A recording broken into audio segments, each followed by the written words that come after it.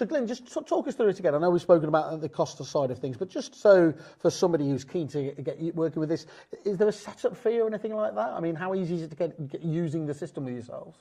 No, there's no setup fee. It's as with any bank. You apply to open an account, and you get the account. You know, with bank accounts, we don't trial them, do we? We get them, and then we have all the features, and actually to sort of start using them, we've got to put some money in, allow that money to go out. So, and that's the point when you start charging?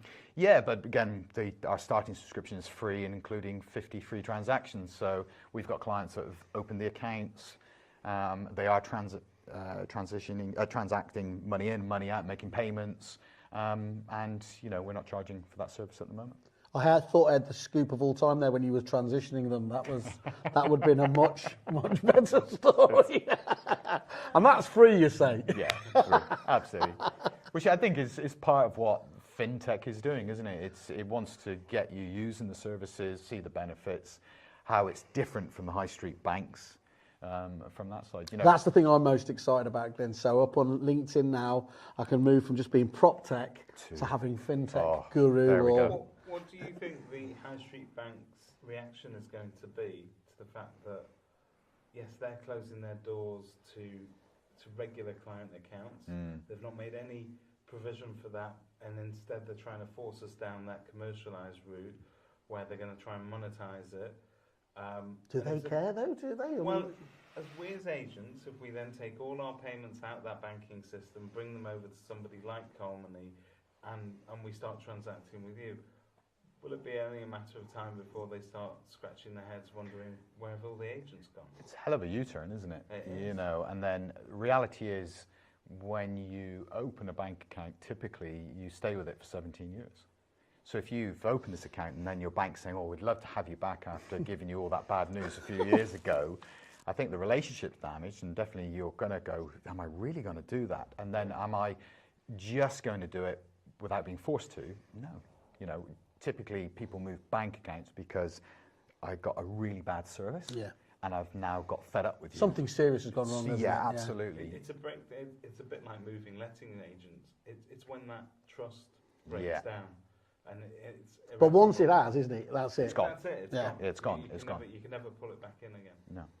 But I think what we are seeing is really now the benefits of the open banking and the fintech coming together. You know, we're saying about this blending of prop tech and fintech, but you know, a lot of people talk about challenger banks, and challenger banks are really, we're just branchless banks with all the features online, but our high street banks are doing the same. So in terms of a challenger bank, down a lot of their branches. they are. They're very similar. Absolutely, yeah. You look all over it. We class ourselves as a neobank, which is again what they call a branchless bank, but actually we are very specific to one area. So for us, it's estate agents, letting agents, real estate space. That's what we're focusing on. And some of the future developments would be trading accounts and would be deposit accounts. We can open deposit accounts now, as well as moving into what's called landlord accounts. So landlords are facing a really big challenge in the future where they've got to submit quarterly returns. So if you actually give them a bank account, say, dear agent, pay in the full rent, and then dear agent will pay back your fee, we get this lovely clean accounting piece of £500 in, £50 out. Give the landlord his credit card, say, if you've got to spend anything for the property, spend it on this card. That bank account statement is their tax return. So you're not just delivered this and say, that's us done, you've got plans? Yeah, it's very much so. But the idea is we want agents to be able to offer that to their clients with branded cards. Yeah. Because then the agents are giving something very sticky to their landlords, and then they're saying, all you've got to do is just move your mortgage payments into that account. They're adding massive value. And we're doing your tax return. Well, I was going to ask you on that. So for an agent that is using a Calmony service, talk to me. I mean, you'd be able to sell against an agent that wasn't using that service, weren't you, in terms of the benefits? So. Same day payments. You might also just walk into a valuation next week and go, has your agent spoken to you yet about the pending banking Catch them out, go on the front foot with it, But these are things that will worry landlords. Look, number one, landlords aren't always happy with the service that they get. But the one thing that they want as a minimum is security over their funds. They want to know that they're going to get their money on time. They want, if the money came in on the first, I want it in my account on the first. That's ultimately what they want. So when you're using traditional banking methods, The only way to make that happen is to log in online and move that one payment once.